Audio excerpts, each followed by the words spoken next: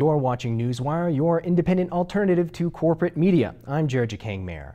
Native American activists in Vallejo, California succeeded in stopping development on an ancient burial site. After protesters occupied the land for 3.5 months, the developers in Vallejo agreed to a cultural easement that had been proposed by several of the tribes to end the conflict and protect the land. And last week in Chicago, hotel workers filed a suit against the Hyatt Corporation.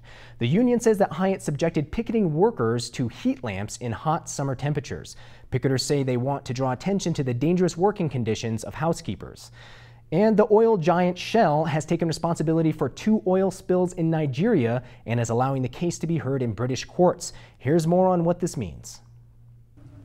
Royal Dutch Shell has been operating in the Niger Delta region longer than any other foreign oil company, and it has been criticized by local communities for not cleaning up oil spills since it began its operations in the 1950s. But on Wednesday, Shell accepted responsibility for 2 oil spills in Nigeria in the late 90s and agreed to pay compensation to local communities. Surprisingly, Shell agreed to use the British court system for the settlement.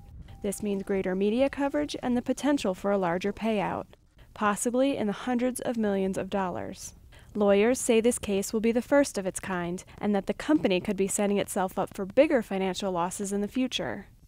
In the past few years, Shell has been pressured to take greater responsibility for its questionable activities in Nigeria. In 2009, Shell agreed to pay a $15.5 million settlement to avoid a trial alleging the company's complicity in the government's killing of 9 activists. This is Margaret Mayo for Newswire.